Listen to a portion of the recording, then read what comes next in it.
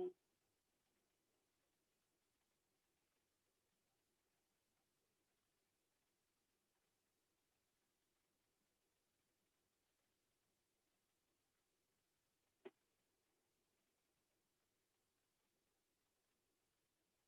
Ugh, forget it.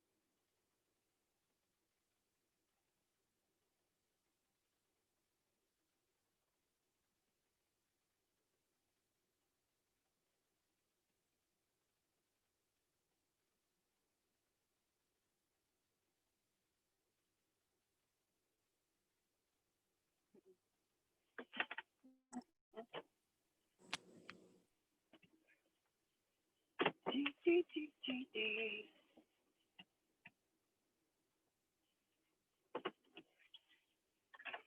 Mm-mm.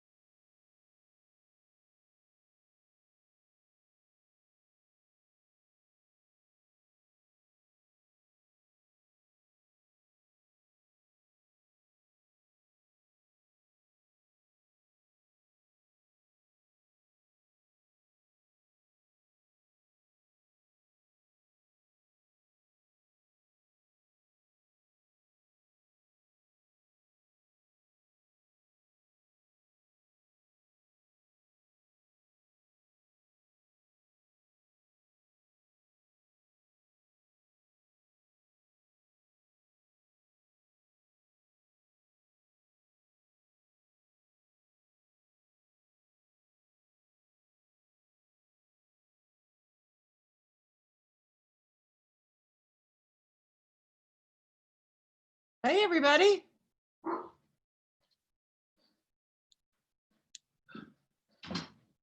Hi. How are you? Living the dream. Me too. It's good. How are your kids faring, Lindsay? That's good. We just had them beat each other up in the yard. It was great. Fantastic. How about you? Good. Good. I mean, two of my kids are older, so they're good. And my younger one is a dream child, so it's all been good. So it's all been good. That's awesome. Hey, Matt McDevitt, how are you? Down here, I'm going to unmute you.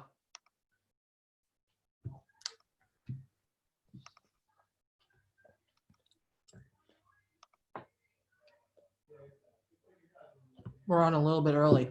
Yeah, that's okay. I figured I would get on early too. Tony, was Jeff able to help you yesterday?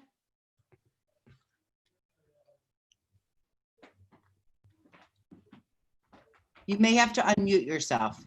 Yeah, I was just fiddling with my thing. Yes, he was able to help me, but then I got stuck again. Oh, did you call him back? I did. He's probably busy. I left him a message. Okay, yeah, I'm sure he'll give you a call back. Let me get my earphones.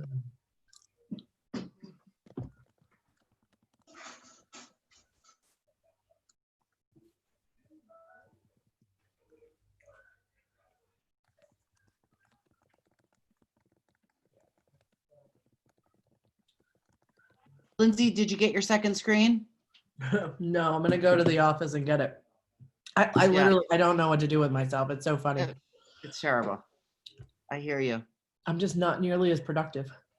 Yeah, it's definitely, especially once you get used to it, it's something that you can't not use. I know. It's really funny. So we'll get it today. There you go. Yeah. How's Corinna feeling? Do you know? Have you talked to her? Yeah, we had a conference call this afternoon and she was not feeling well and she was getting ready to get out of there. So I think each day she'll have to be there less and less. Yeah. Mm.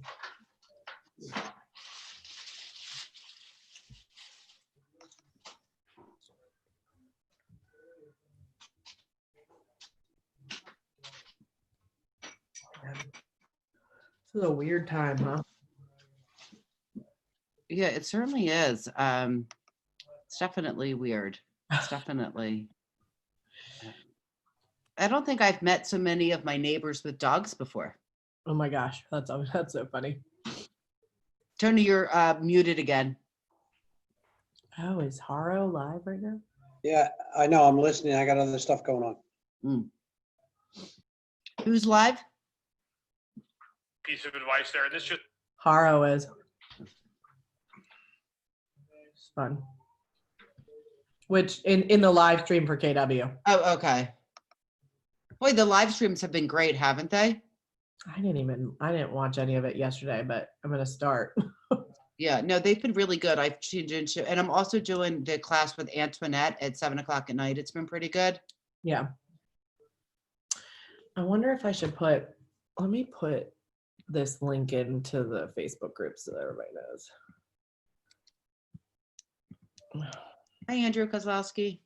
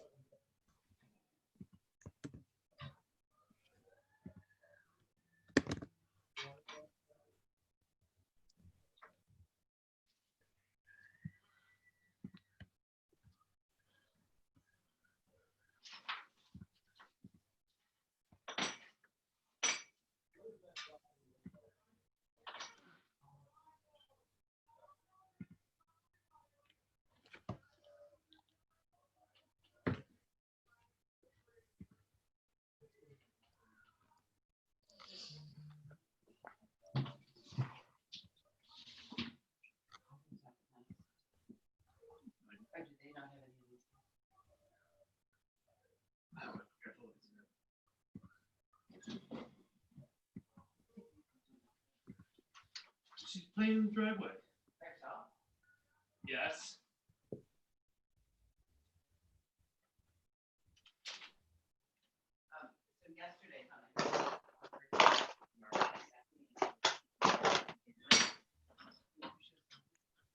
Of course he was.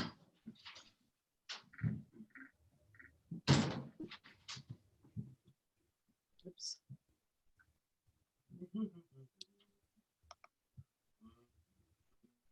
Hi, Kathleen. You talking to Catherine? No, Kathleen. Oh, Catherine's been too with me.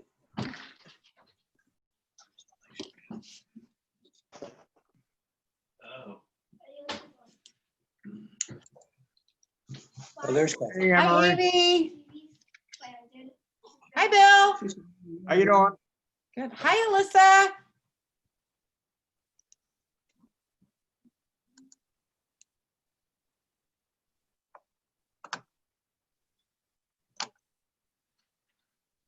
Kathy Wolfgang in the house. John Jan.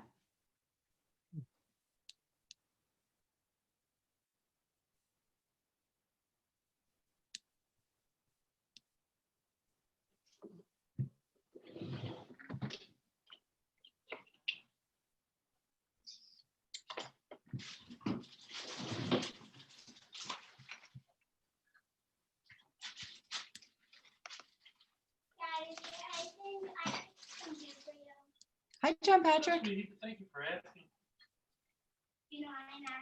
Why? Gemma Carragher. Amory, you're such a good cheerleader. I love it. Eric Weichelt, let's see your doggy. Can you hear Dave me? Ash. We're all gonna see each other more now than we ever do. I know. Macy, come here. Come say hi to everybody. Hey. Dave, you're muted, I think. Eric, let's see the doggy. Unmute. Dave, come here. You got to see this white golden retriever. Can you hear me now? Look. Isn't he cute? Are you looking at me? No, we're looking at the dog. Oh. I was saying I was cute. Yeah. You are. Hi, puppy. Come here, Eli. John Patrick, Ash. I talked to PAR and I'll talk a little bit about UNO in our call. Good. No, you had 3 peeps with your lunch.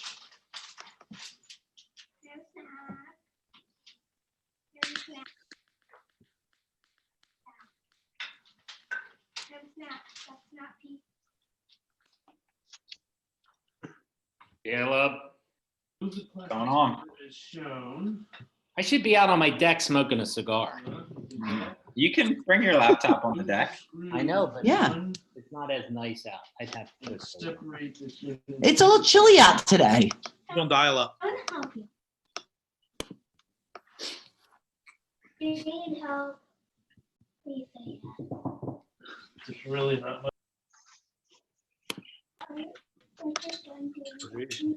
Emery, Yes. just so you know, this is my second Zoom call today. Would you like to take him for a walk? Dave, you once again never cease to amaze me with My your technology knowledge.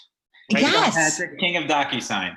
He's on the cutting Yes. edge of tech. You're getting younger and younger by the moment. I'm telling you. Edge.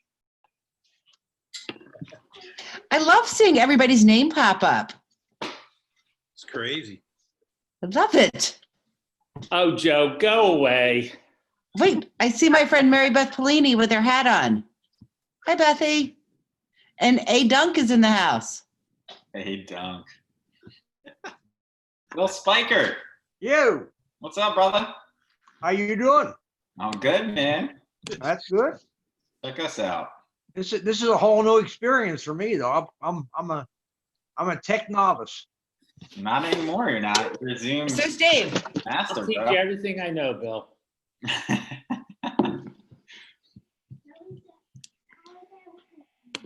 you please get on the system?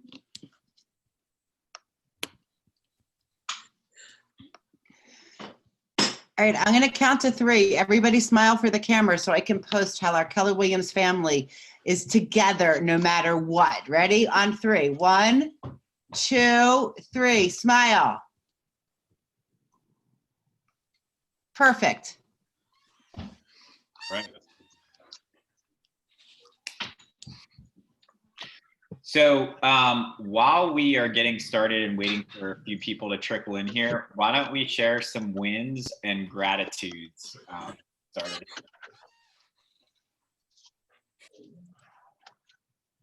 I put a house under contract this morning. Yay! Yes. Can still do it. I brought in 3 agents over the past 3 days. Nice. Great job. That's awesome. Well, I'm grateful for this company. I went through this a long time ago, and there was no information and no way to handle it with no plan. And now I have nothing but information and advice on how to handle this and input, and I can't even get through all the information I have. So it's a good thing. We're in the right spot right now. Mhm. I closed a house on Monday night, and we're going through our inspection on Friday. It's Ann Nagel. And Nagel, I Good know. job. Nice. I'm not on because I have a black eye from a fall I took. Oh no. Ginny hit you again. She's terrible, isn't she? Yes.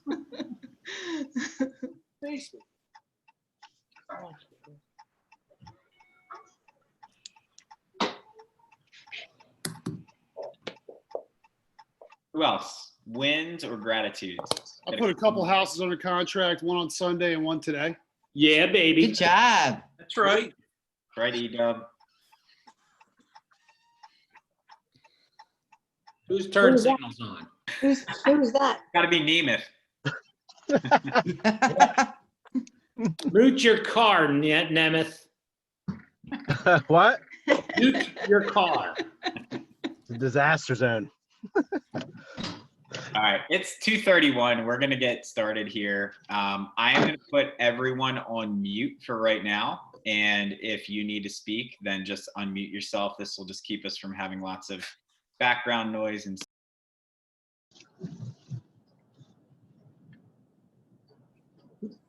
Did you mute yourself? You muted yourself there. it might be helpful if I didn't mute myself. Yes. Okay, you're back. Awesome. Awesome. So thanks for being on the call. This is Exton and Westchester both on the call today. So thank you all for being here. And this is just a great opportunity to pull together us, Devin, Wayne, Exton and Westchester, we're all up against the same challenges and problems. And so we can all help each other figure them out. So, one of the things that I heard on Gary Keller's call that he did on Monday was, we were built for this. And I think that's the right mindset that we have to have going into it, that this company is built for this. We went from number 4 to number 1 during the last economic downturn. And this is a different situation because it's not just an economic downturn. It's also, a whole medical issue as well, and healthcare issue, a health issue. But we're just going to figure it out one day at a time and work towards that. So one thing I will say is I just appreciate all of you being cognizant and conscientious of the fact that our offices are closed. The reason behind that is because this stinking virus, if you get it, you might not know for anywhere between 2 and 14 days that you have it. And so we don't want anyone in the office that thinks they're doing great, they're super healthy, and meanwhile they're spreading it to the other people in the office, our staff, clients, all that good stuff. So most of you probably already know that, but I'm just going to reiterate the reason why everything's closed up is because we care about you, want to keep everyone as safe as possible. And we're in the business of helping people buy and sell homes. So we got to still do that as well. We get to still do that.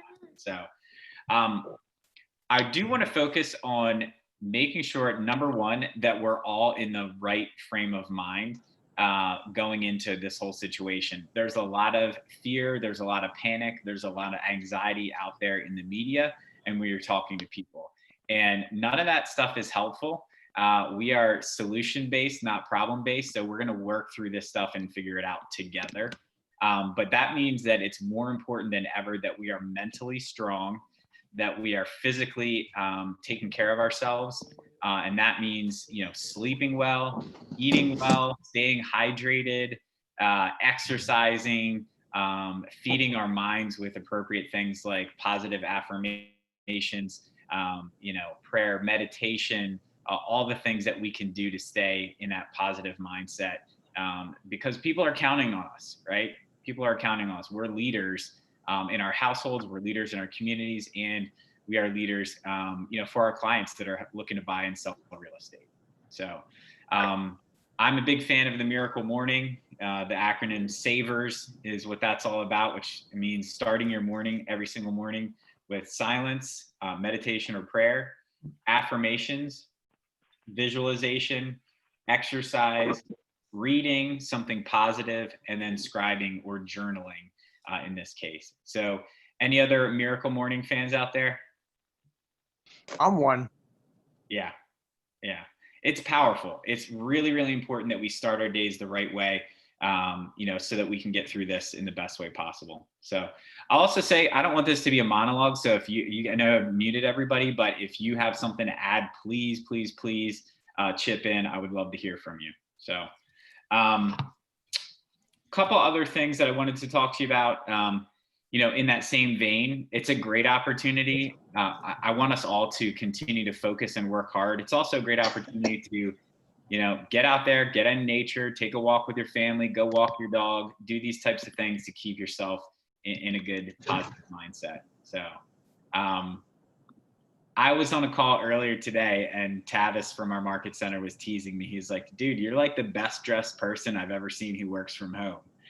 And I kind of laughed at him, but, and this is no offense to anybody who's wearing sweatpants right now. There's nothing wrong with that. What I'm going to say is this: today is a work day for me. And so I thought to myself when I woke up this morning, am I going to shave today? Am I going to hop in the shower today?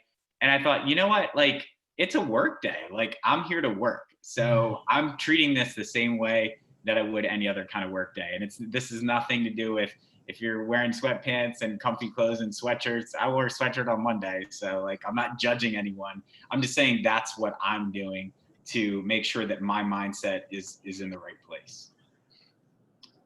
Cool.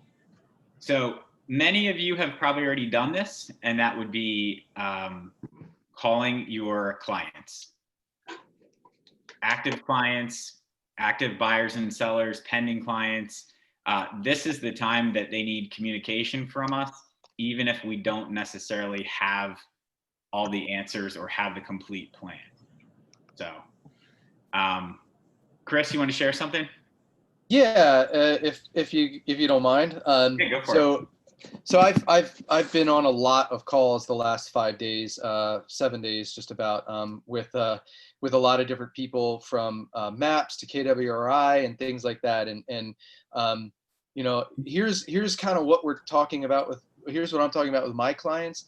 One of the things that was said by Matt Teeter, who's, obviously was local, now is in KWRI. He was saying, look, by the end of this week, beginning of next week, there are going to be places around the country that will not be able to move deals forward. That's just the reality of where we're at. And so we need to understand that could happen here. And he's like, look, there's 3 phases to all of this. The first phase is where we're at now, and there needs to be some urgency. So what he talked about was urgency with moving. If you have any deals closing in the next 2 or 3 weeks, move them up as quickly and as far as you can, because if things get to phase 2 where things are kind of shut down and you can't move them forward, then you're going to be just kind of waiting for the switch to be turned back on, which is phase 3. And so get people moved up with settlements, bulletproof the transactions as best you can.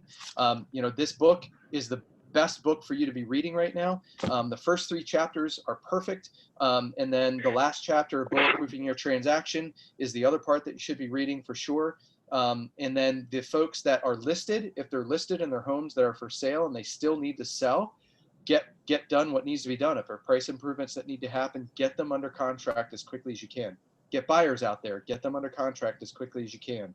And then, like Caleb was saying, lead generation right now is not, hey, who do you know who needs to buy, sell, or invest in real estate? That's probably going to tick some people off, and it sounds very insensitive.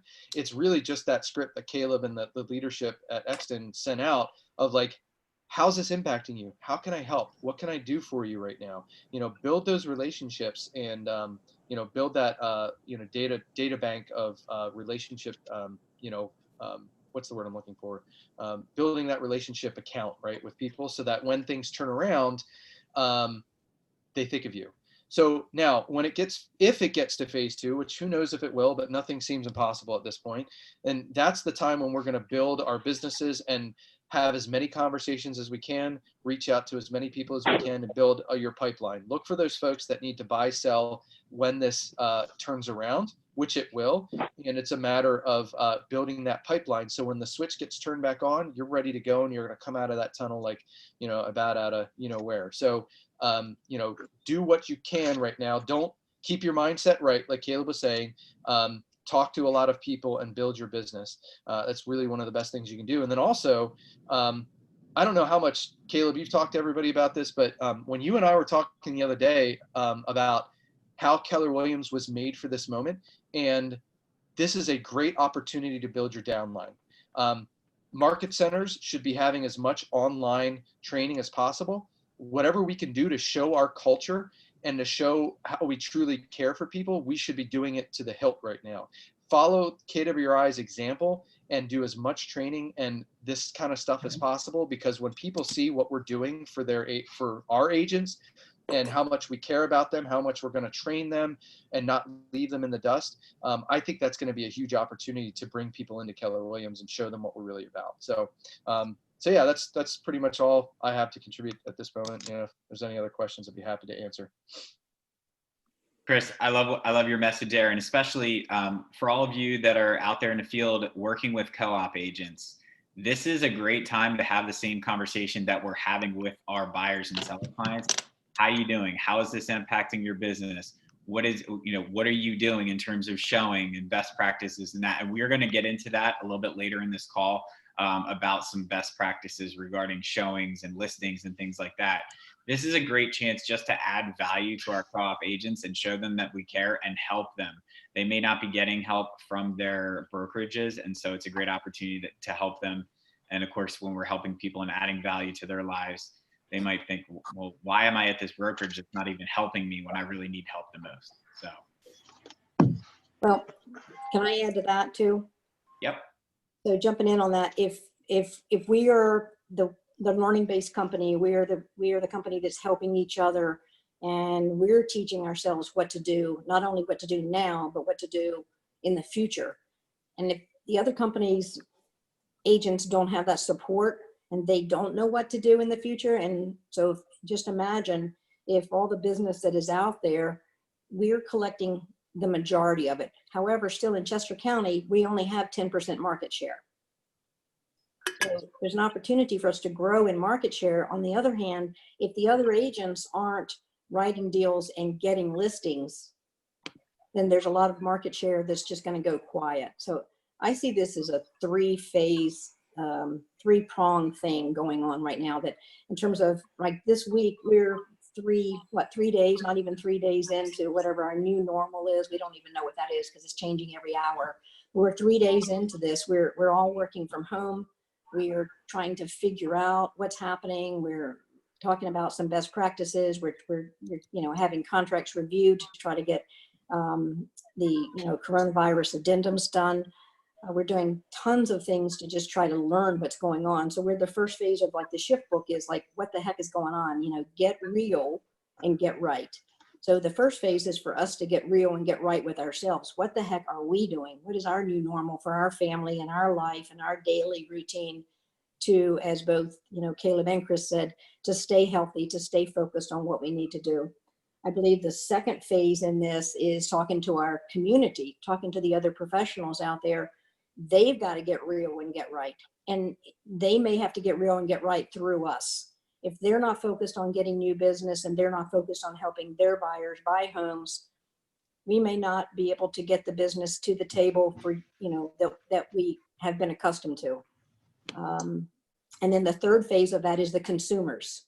So as soon as we figure out ourselves and we figure out what's happening with the rest of our, co-op agents and our fellow associates out there and help them, we also have to be helping the consumers. We've got to be talking to the community about what's going on. What are we doing in the industry to continue to list houses, to continue to find ways to virtually show their homes safely? And, what are we doing to help buyers buy homes virtually safely? So right now we can talk about good news. For example, as so far this month, our 2 market centers, we've listed, we've listed 88 houses so far this month. Now our goal is to list about twice that many. So if this was a normal month, we would say we're about right. We're about right on pace. And yet if things come to any kind of a grinding halt in the next 2 weeks, we're going to really have to figure out how to accelerate things and throw some gas on the fire. Good news is we have written 160 contracts already this month. That's great. And we're going to keep telling that story to the consumers. We're listing houses every day. And so that's what we're going to keep track of. So the 3 phases, in my opinion, are ourselves, get ourselves and our families right, get our community, our professional community right, and our affiliated and our relationships with our affiliates, and then figure out how to get the consumers on track with this new world. So Cindy, how long should we prepare that this is going to go on for? Let me look at my coffee cup and see if there's a crystal ball in there. Clueless. Hey, Cindy. I'm going to act like we might see some reality, some normalcy by 1st of July. I'm hoping. I'm going to plan. I'm going to write out my game plan through the end of May to be working from home through May. And we've got Jim Campbell and Lindsay Smith are both on the call today from Title Alliance. We'd love for you to jump in and share what your perspective is from a national level. Cindy, can you hear me? Yes. Oh.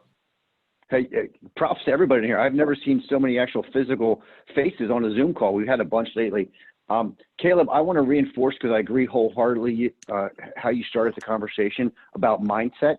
I've seen it go both ways. I was on a telephone call with Yeshe in a multi-billion-dollar company, and I swear if I didn't look out, the sky would have been on the ground. They were talking about layoffs. They were talking about furloughs. They were talking about this and that. I said, dude, this is your window. The strong will get stronger. We do view this as an opportunity. Is it a problem? Of course it's a problem. But to me, it comes down to 3 things. You can only control your attitude, your effort, and how you respond to things. And right now, the ones that are responding with a positive mindset, that are dealing with it and moving forward, are the ones that are succeeding. We've been looking at our companies in our new world. So I'm going to say we're 3 days into our new world. And I will tell you this, that our companies were actually, this week, we tracked Monday and Tuesday on the first week of March, the second week and the third. And this week as a company, we've had the most applications that we had in the prior 2 before things got really, really bad. So people are still buying homes. It's time to capitalize on that. It's going to be more difficult to get through this. I will tell you, because we have had such a strong relationship with you guys, First Land 16 years, Chesco's a couple years, that if you've done business with those folks, please just shoot them an email, because we have pilots on every plane right now, and they are actually going in the trenches. They don't have the luxury, for the most part, from working from home like many of us do. But they're in there, they're getting it done. We're treating this business as if this is mandatory. This is not optional. We know that you guys depend on us. We know the buyers depend on us. So we're full steam ahead, and we're in constant dialogue with our team. But we view this in some odd way as the opportunity where great people will surface, market share will be available, because some are just going to bail and dump out of it. So we're as bullish as a human being, any human beings can be in this. But just, like I said, just reach out to them, give them a little props if you work with Amy or Jason or any of the team, because they're in there and they are committed to closing your transactions. Thank you for that. Love it. Absolutely. Yeah, thank you for your partnership and your support through this. I know this is, challenging times for all of us. Hey, Caleb, this is Yeah. Lindsay. If you don't mind, I want to just chime in with some stats and some things just to put things into perspective for you all. We've been tracking our numbers across the country, on a daily basis. And March 1st through 17th, 2020 is up company-wide 39% over March 1st through 17th over 2019. And when I break that down even further and look at First Land Transfer and Chesco and Devon, those companies collectively are up 56% for the same time period where they were last year. I just finished putting together a video that's going out to our teams that echoes a lot of the things that you spoke about, really focusing on having a mindset of abundance and using this market to really push forward and gain the opportunity that we're going to have collectively for all of us by pushing forward and not by retreating. So just props to all of you for your continued efforts in bringing the transactions to the table and sharing them with our teams so that they can continue to service you. As Jim said, I do believe this is short term. In the long run, we are all going to be in a good spot. And the numbers speak for themselves relative to your performance this year relative to last year. Thank you. Appreciate you sharing that. Yeah, those are great numbers. Dave Ash, do you have anything on the broker side of things that you want to share and how this is impacting us? Yeah, just so you know, John Patrick and Alex Coates and I had a Zoom call this morning for all three offices as brokers, and we talked a little bit about the addendums that are floating around from other brokerages about the virus and what they're getting their buyers and sellers and asking your buyers and sellers to sign. So I contacted PAR today, and PAR is working on an addendum for the virus, and they're hoping to have it out in a couple of days. But the attorney said that, I told him that we use PAR forms exclusively, so we wanted to go with their forms as well, but they said they're a couple days apart, a couple days away. But in the meantime, we did reach out to our E&O insurance attorney today, and gave him a couple of examples of what's out there from other brokerages and asked him to help us come up with something that we can all use. So stay tuned for that and check with John Patrick and Alex if you're in Devon and Westchester. The other thing I wanted to talk about is use and occupancies. As most of you know, most townships are closed. Therefore, you cannot order and get a U&O if it's required for your settlement until things turn around. In the state, U&O issue cannot hold up settlement. And by state law, the township must give the buyers or sellers, in this case, 90 days after settlement to comply with U&O issues. However, with that said, there are one or two townships out there that will not allow occupancy. They will give you they will let you go to settlement, but some of them will not let the new buyer move in. If you run into that case, which is it's more in the western part of the state than it is here, but if you do run into that, speak with us, but have your buyers and or sellers talk with an attorney. And your best source and your best course of action is to always go to Suburban Realtors Alliance in their website, go to where you're listing the property and look up per that county and per that township what the U&O issues or requirements are. Print them out and give them to your sellers when you're listing the property and say, you're going to have to deal with this before settlement. So why not get the GFCIs working and get a CO2 detector in? And those minor things that sellers can do. The other things that are more judgment oriented is the inspector walking out and seeing that the sidewalk got too many cracks on it and you have to replace the sidewalk. That's more of a judgment call by the township.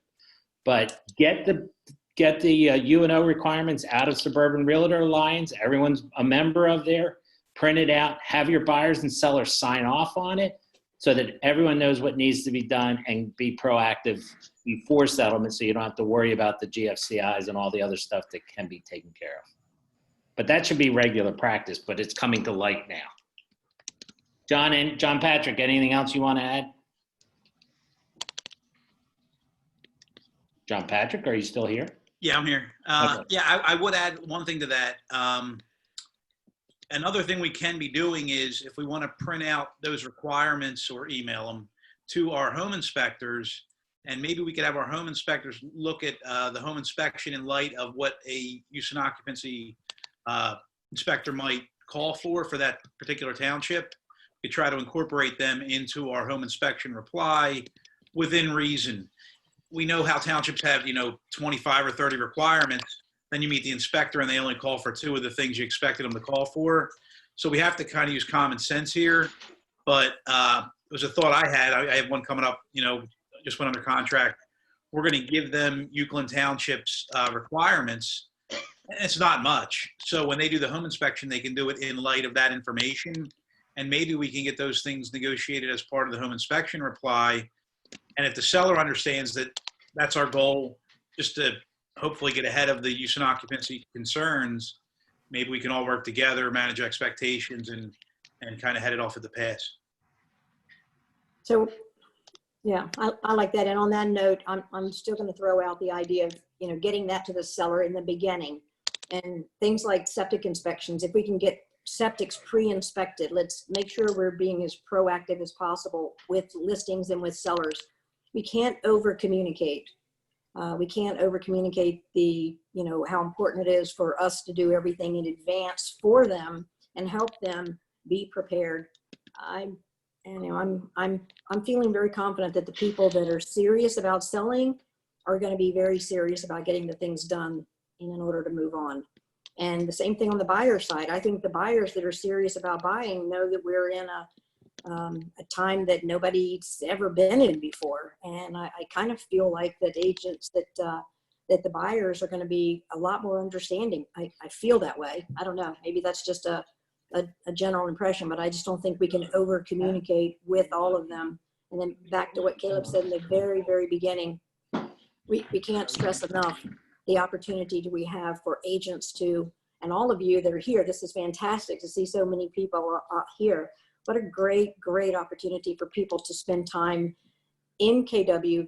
Those classes they're rolling out every single day, at least that are planned for this week, with some really great instructors and presenters. They're half an hour live streams, and they're in KW Connect, and that schedule is posted. So you can pop in at any time you have 30 minutes or an hour and learn something, and then jump in and work in command and work with your database. And then you can call people and say, hey, listen, I'm updating my database. I want to make sure I have the correct, emails for all of you. This is really going to position us to be in an incredible place, in a couple of months. There's no doubt about it.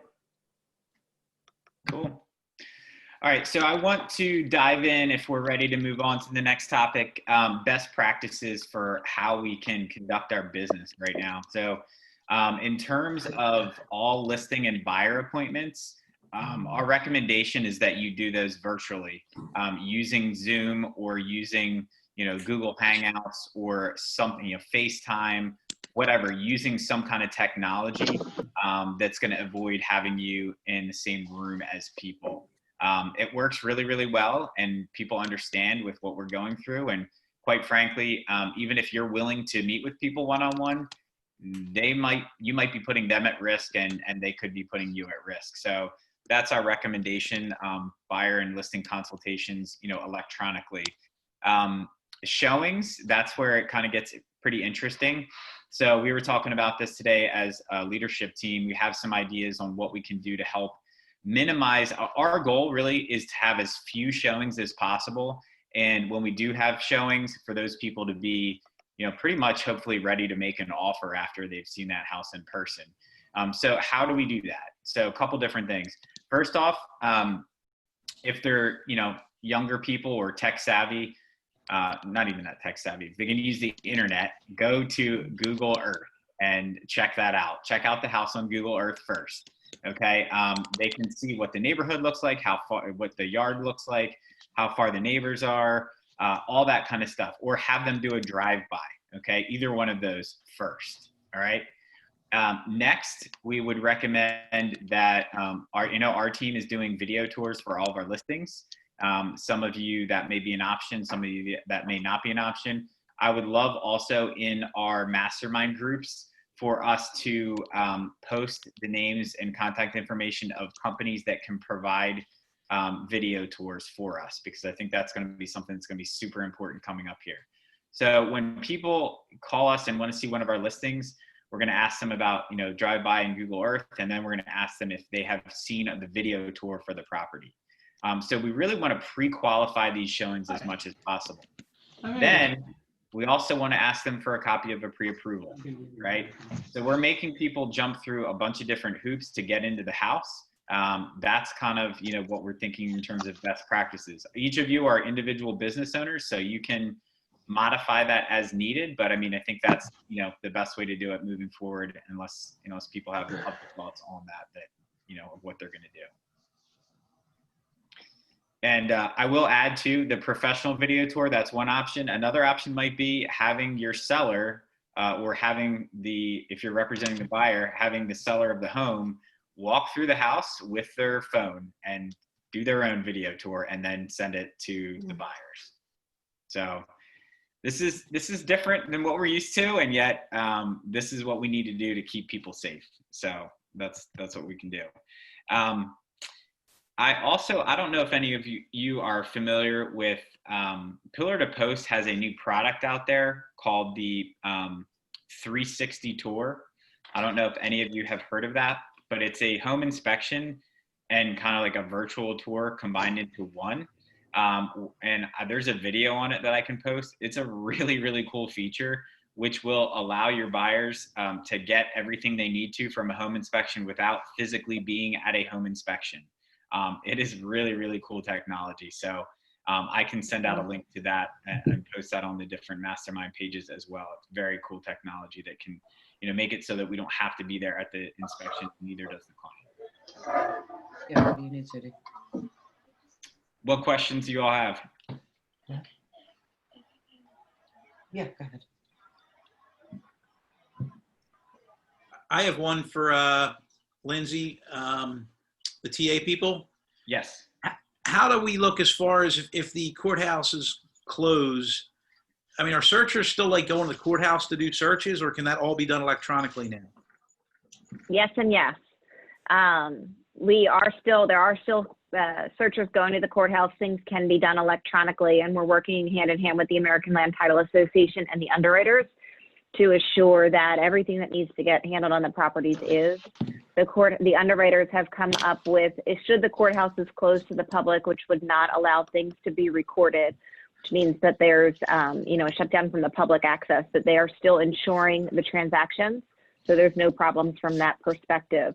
Anything that's closing right now, the searches are back on at this point in time, assuming that they were ordered, more than 2 weeks ago. Anything that was less than 2 weeks ago, I would definitely check with the people in the office to see where it is in the process relative to being able to have it closed. And then as far as, tax certs and water certs and sewer certs, if we can't get those types of things, would we, I guess we wouldn't be able to close, or there might be a provision to make it so we can close? There may be a provision. I have to pull that one specifically. At this point in time, knock on wood, we have not run into that yet where that's been a problem. Everything that we're closing has had all those documents already provided for them. Okay, great. Thank you. You're welcome. Great questions. What other questions do we have? I want to go closing. I was going to go back to talking about trying to move settlements up. So Lindsay was talking about, right now, if the certs are already in and the paperwork is done, domestic relations are in, and all those things are done, we're good to go because we're operating from, work that was done a week ago or 2 weeks ago. So that's the place we're in. If we have the opportunity to move closings up, obviously there's dominoes, there's a lot of parties involved, and it's going to take a lot of time to figure out maybe moving some of them up. However, I would very much so do an audit of every single closing you have pending and like Chris said earlier, make those phone calls and find out, is there a possibility? How big is the domino? How many sales are attached to making that happen? So I would strongly encourage you to try to make those things happen. We want people to be able to move and settle as they're planning. However, we can't plan. I mean, a week ago we weren't here. A week ago we had no idea we would even be here. So not being able to plan, we can plan for today. And that means, to me, if we could take every single settlement we have on the books, I would close every single one of them tomorrow if I had a way to do that. And the mortgage companies have already they're pushing that. I talked to Larry Cohen from Guaranteed Rate on Monday afternoon. He said, we would love it. He said, we'll do everything in our power to make it work, as long as the buyers can cooperate and they can get all of their documentation into us, and the closing offices can help us. We'll close fast as we possibly can. I had a question. I have a settlement tomorrow. It's Jean Gross. I have a settlement tomorrow in Devon, thank God. And do I need anything? I think everything is ready. Everything is in. But do I need any addendums or anything? Not from the title perspective. If the courthouse in which the property is located is closed, they will have an affidavit signed at closing by the parties in the closing, but you do not need to have anything additional prepared. And you don't even need to show up for the closing either. Exactly. That was going to be my next statement, Caleb. Right now, we've asked our teams to just work in small groups as possible and to have a conversation and dialogue with your clients to say, Jean really wants to be here, but in an effort to keep everybody's exposure to a minimum, we've asked her not to be, and she sends her best and wishes you a really successful transaction. And then we'll let you know when it closes so you can have an opportunity to follow up with them and have a conversation with them directly then. For me, it is, I have seller settlements, listing settlements. So I have one tomorrow, 2 next week, and 1 the following week. 4 by the end of March. I think I'm good. Just checking in.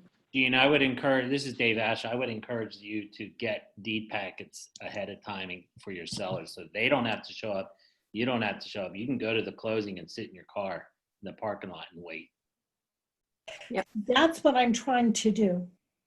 I mean, that's what I have a settlement tomorrow that my seller has already signed the deed packet. As a matter of fact, settlement is going to be at the house.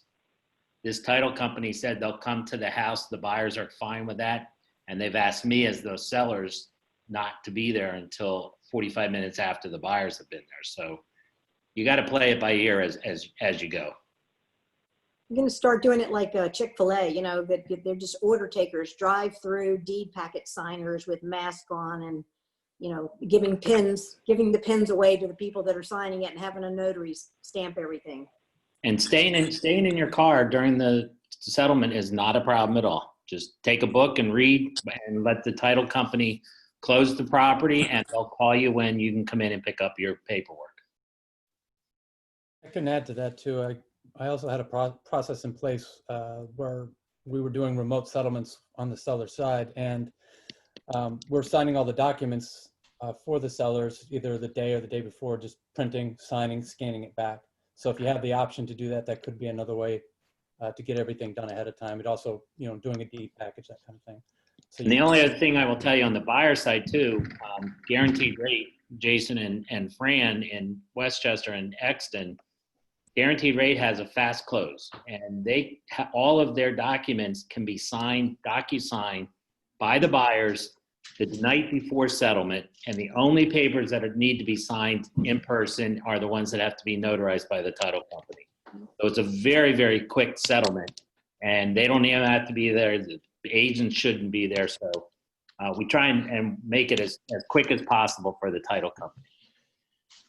I also want to, It's just the morning of, it's not the night before. but still, they can do it before they come in.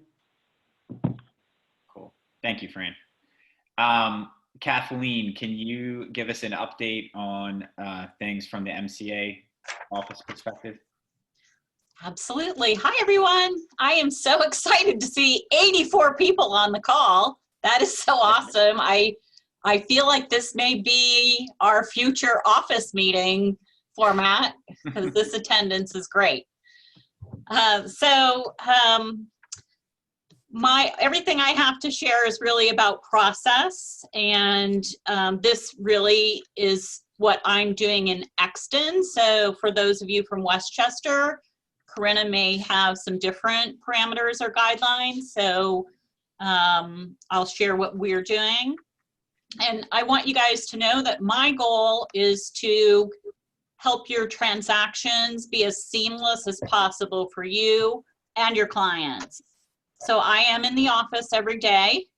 And a couple of things that we have been implementing this week to achieve that goal is we did move forward with rolling out the option of direct deposit for everyone for your commission checks. So you should have all been receiving the form that needs to be completed via DocuSign to give me your account information, the routing information of the bank that you want your commission checks deposited into. And those are coming in fast and furious, and we're working to get all of those set up. So your next settlement, I can just deposit your commission check into the account that you've given me. The second area that I wanted to talk about is obviously with you not coming into the office, I am receiving all of the escrow checks, and that's fine. What I ask of you, if a physical check is being dropped off, whether it's being put into the slot in the back door, is that you ask your co-op agents to have their buyers put all of the information about the transaction in the envelope. So, I'll give you an example. I don't know if you can see this, but I got this dropped off a bit ago, and it just gives me the property address.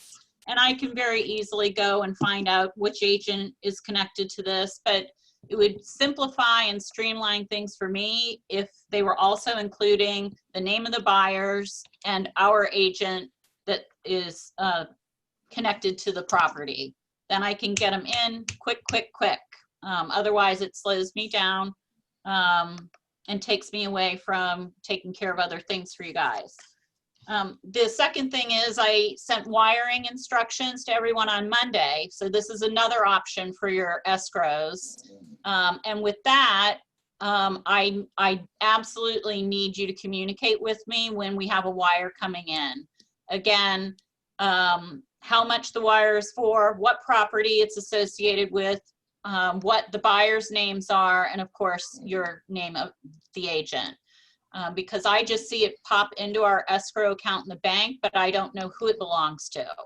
And then we have to go on a hunting mission to connect that escrow wire to one of you. And then the last thing I just wanted to bring up was .loop.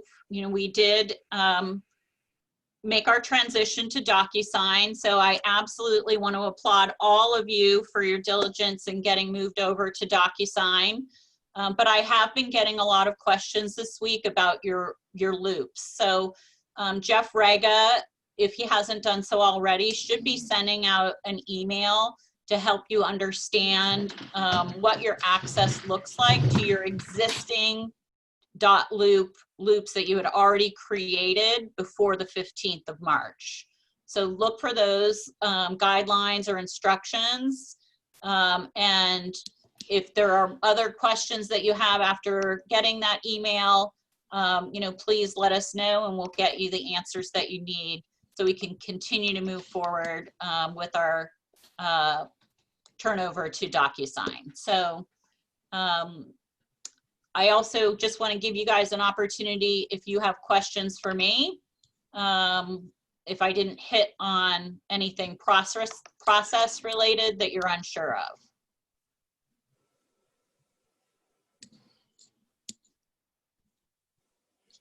Good, good. Oh, Kathleen, I have a question for the direct deposit, if that's, if I can ask that now. Sure. When it says branch, what do you want us to fill in there? Like So is the location? no, the name of your bank. So is it Wells Fargo? Is it Key Bank? Is it? Oh, then what goes under depository name? Was that supposed to be my name? Yeah, well, and let me just ask a little bit of a little clarity around the document. So that was a template that our bank, Key Bank, gave to me to pass on to all of you. The only thing that I'm really pulling from that is your routing number and the account number that you're giving me to put your check into. That's it. You know, so the other pieces of it are really not that pertinent to getting you set up in direct deposit. It truly is the routing number, the account number, and your signature to say, I'm good for you to do this. Okay, thanks.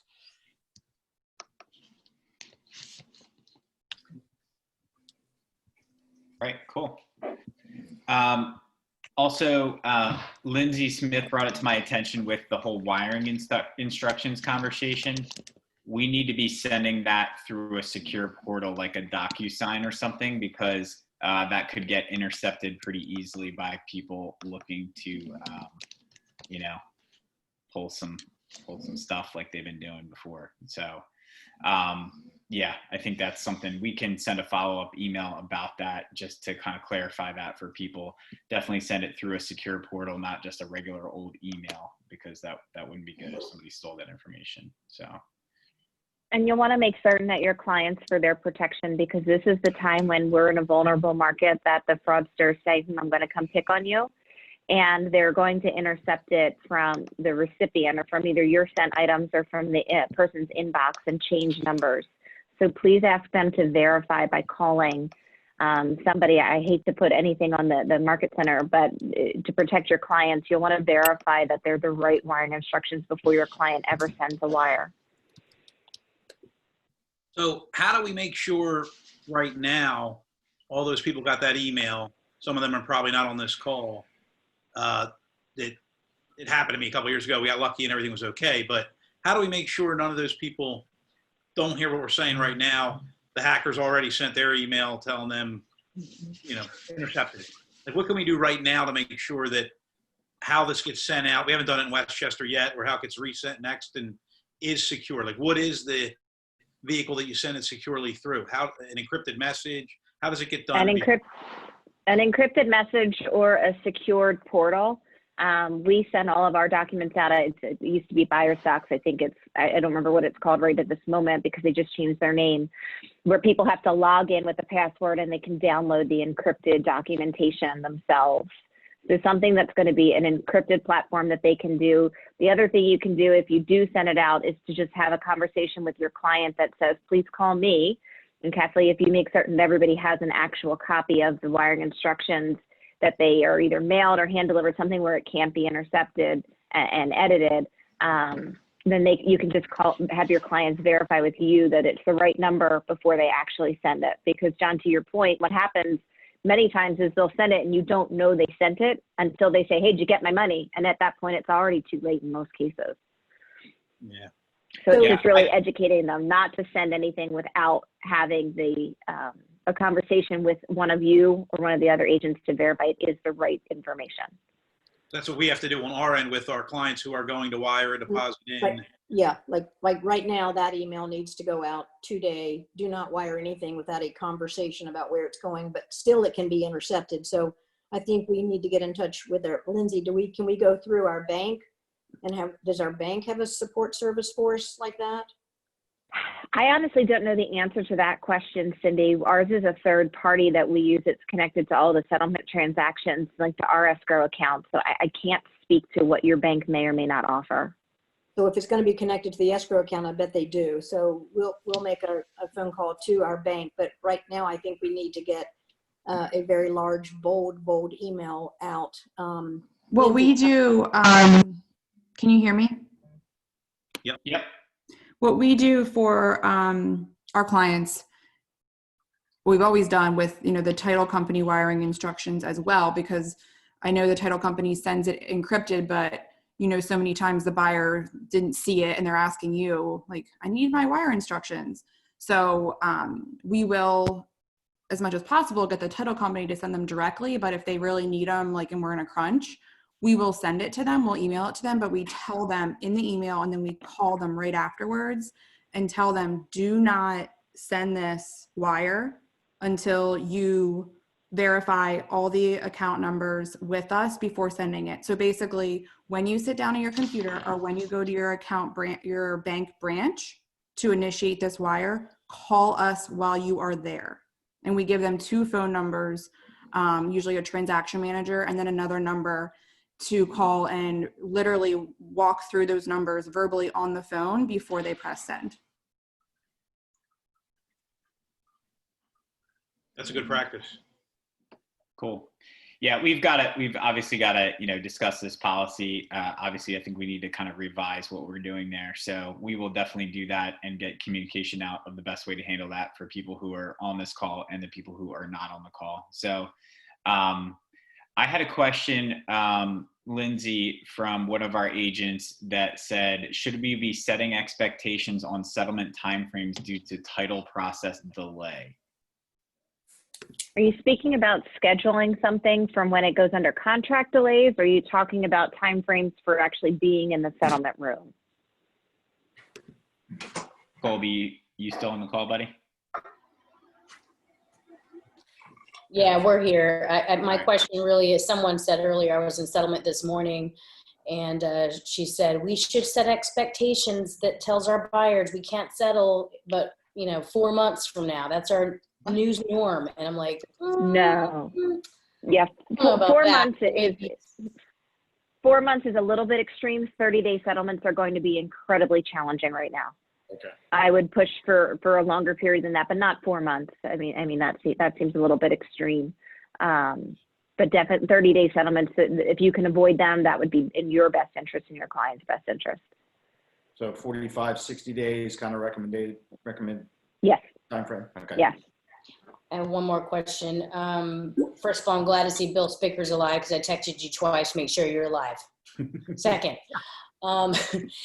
if we have a UNO that cannot, be performed in time and they can't hold up settlements, what really is the process there if we can't get a conditional approval?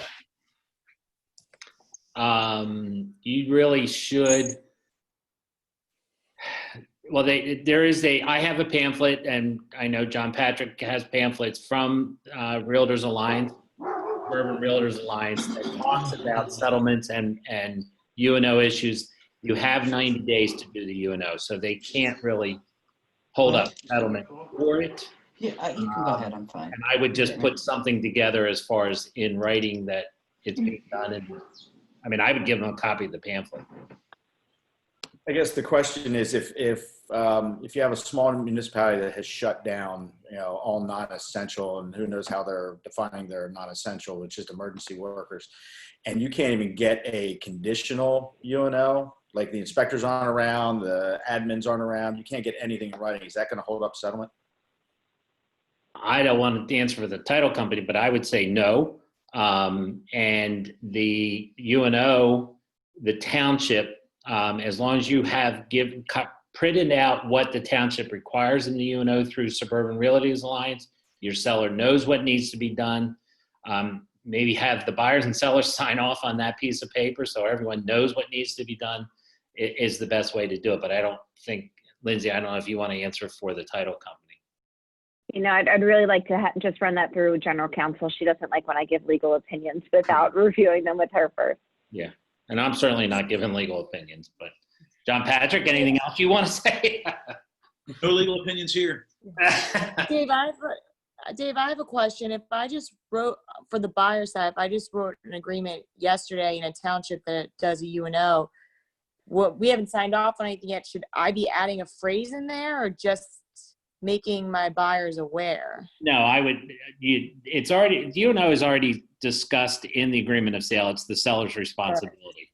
So it's more of going down to the local level as to what township requirements are. And I would make, again, go to Suburban Realty Alliance, print out what is required and give a copy to your buyers. And as John Patrick said earlier, have the home inspector look at those items to make sure that they're in working order. And that'll make your buyer feel better that there probably will not be much of an issue with the UNO inspection. So say, what if the local, so say if it is shut down, we can't get the UNO before settlement, how do we press the sellers to do it after settlement? Will like the borough go make them do it, or? Yeah, because the fact that we usually get a conditional UNO, and we probably will not be able to get conditional UNOs now, depending how long the townships are closed. I'll check with attorney. I'm not an attorney, so I don't want to tell you what to do, but it's already in the agreement of sale. It's the seller's responsibility. So even if we just wrote up a small addendum saying buyers and sellers agree to conform to the UNO requirements per the agreement of sale, or whatever paragraph it is in the agreement, and sign off on it. I don't know, but it's PAR legal hotline told me today that it should be pared down to the local township and their requirements. And so try and get in touch with them if you can. If you can't, just make sure you know through Suburban Realty Alliance website what is required. And if you do an addendum, I think it should say who's going to do it. You know, that buyer understand that the use and occupancy has to be handled after settlement is one thing, but if it doesn't say who's going to be doing it, we'll be pointing to each other. Yeah, just reference that paragraph that's in the agreement of sale. Well, it clearly states that it's the seller's responsibility. Okay. So what about open houses? I got a question about open houses.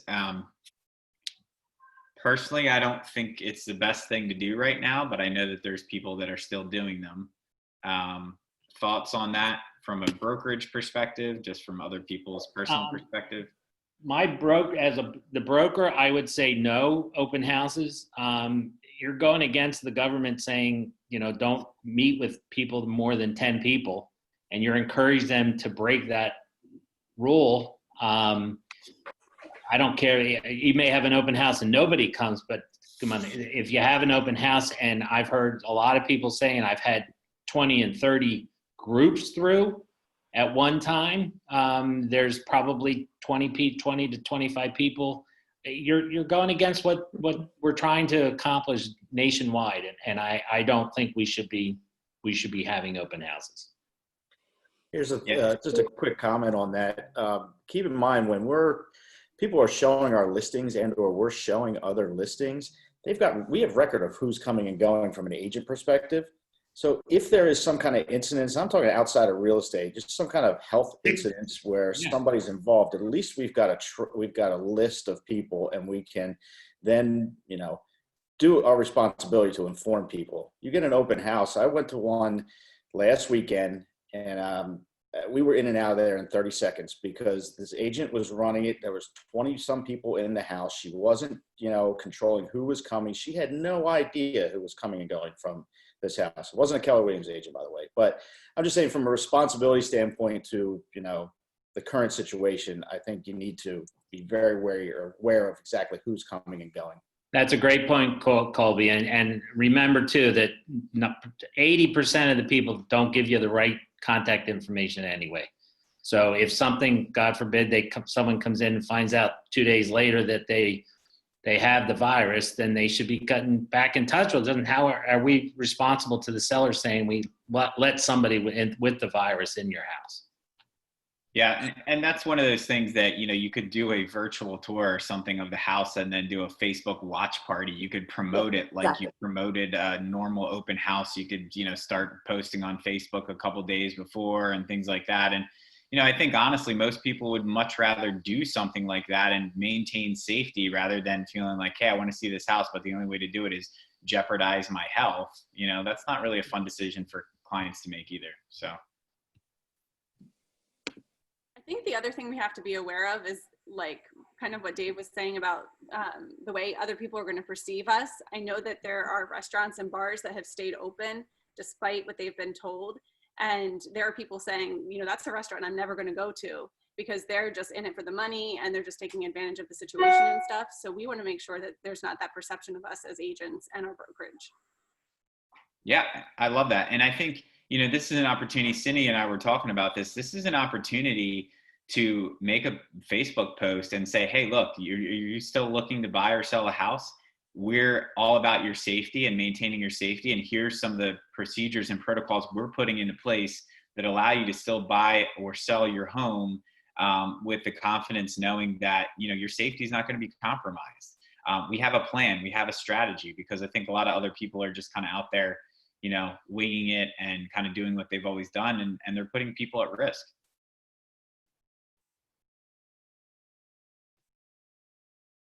Cool. So it's 3:29. I want to be conscientious of our time here. Do we have any last questions before we wrap up? Caleb, can I mention one thing Yeah. about the townships? So there's a Ready Tresco website that you can get updates and stuff on the townships. And most of the updates that I'm getting is just saying that the township is closed to the public, but they are still operational. So we should still be able, I would think, to order those conditional UNOs and that kind of thing while they're still on there. I see Dave shaking his head no. So. No, the only reason I say that is because my son and daughter-in-law are both police officers, and they are obviously working. The patrol men and women are working, but the non-essential, even the sergeants and the chief and the detectives are not working. They're working, quote, from home. So if the detectives aren't working, the secretaries in the staff, I don't believe in most townships will be working. Hey, But Dave. You can try. Dave, Go ahead. this is Tony from Valley Township. Just did one yesterday, and I think they're looking at the house. If the house is empty, they can go in. They can do the inspection and get it done. So I don't know. I think some townships would still be doing it. Yeah, and I think that's what I said earlier. Go directly down to that township and ask them rather than assuming that there's no one there. Make the phone call or whatever and see what you can find out. I know in Euclid Township, they are not open. Yeah, Euclid, they were doing drive-bys, and then they were having the seller, as of Monday, they were having the seller sign an affidavit, you know, that they are stating that X, Y, and Z is the way it is inside the house, rather than a conditional. And then Upper Euclid was not doing them at all. So yeah, like Dave said, everybody's going to be different, and it's going to change every day anyway. So. Right. So to tie a bow on this, here's what I'm going to say. This is not the time to let your foot off the gas and take a vacation here in the middle of the spring market. What you do today matters. So it's all about getting in touch with our clients, getting in touch with our databases, contacting them, letting them know that we care. Because when we come out of this, whether that's July, June, May, whatever it is, we're going to find a very different market than the market that we're in today. I fully expect that we are going to be in a shifted market. It will be much more of a buyer's market. And people will be financially impacted by this in many, many ways if they're not able to do the normal work or run their businesses normally, like for 3-4 months and things like that. So now's the time to get properties closed while we can and stay in touch with people and add value to them and make a difference in their lives. Hey, Caleb, this is Anne Marie. Can I just say one really quick thing? We are really using this time to reach out to our clients in a care lead generation capacity. And I think we did the lead generation live this morning. I want to put out there that I'm going to be hosting live lead gen just about every day. Look for something on Facebook, but it's, there's some great scripts that we can use, and it's a great time to reach out to our sphere of influence. Yeah, great. Yeah, so the whole concept of doing the live lead generation is basically everyone is on mute, but it's an accountability thing to say, hey, like there's people showing up and doing what they need to do to build their business. So that's what that's all about. You're also going to see Dave Batty and I and leaders in Westchester. We're going to start combining a lot of what we're doing together. This is a combined meeting between Westchester and Exton. Next one we do will probably be all 3 market centers together. We really need to kind of, instead of replicating everything and doing everything one-off, we need to kind of work together and, all pull together the 3 market centers and work together on all these things because we're all going through the same stuff. So, Caleb, great. That's what we're going to do. We're really going to, pull the power and the energy we have together. I'd like to read something really, really quick from Shift. And if you don't have Shift books, we need to make sure you're getting the downloads from Shift. It's really very valuable for you. But just real quickly, judge your success over the length of your career, not the high or low of any single year. Know that growth comes from clarity, priorities, and focused action. The first 2 are how you think, and the last is what you do. love it. Love it. Cool. Thank you all for being here today. I really appreciate it. And let's go out there and let's impact some lives. Let's have some fun while we're doing it. Thank you, everybody. Great to see you all. Thank you, guys. We really Thank you. We really appreciate that you're talking through this stuff with us. We're getting a lot out of it. So thanks. Good. All right. Have a great day, everybody. Thank you all. Thank you very much. Thank you. Thanks, guys.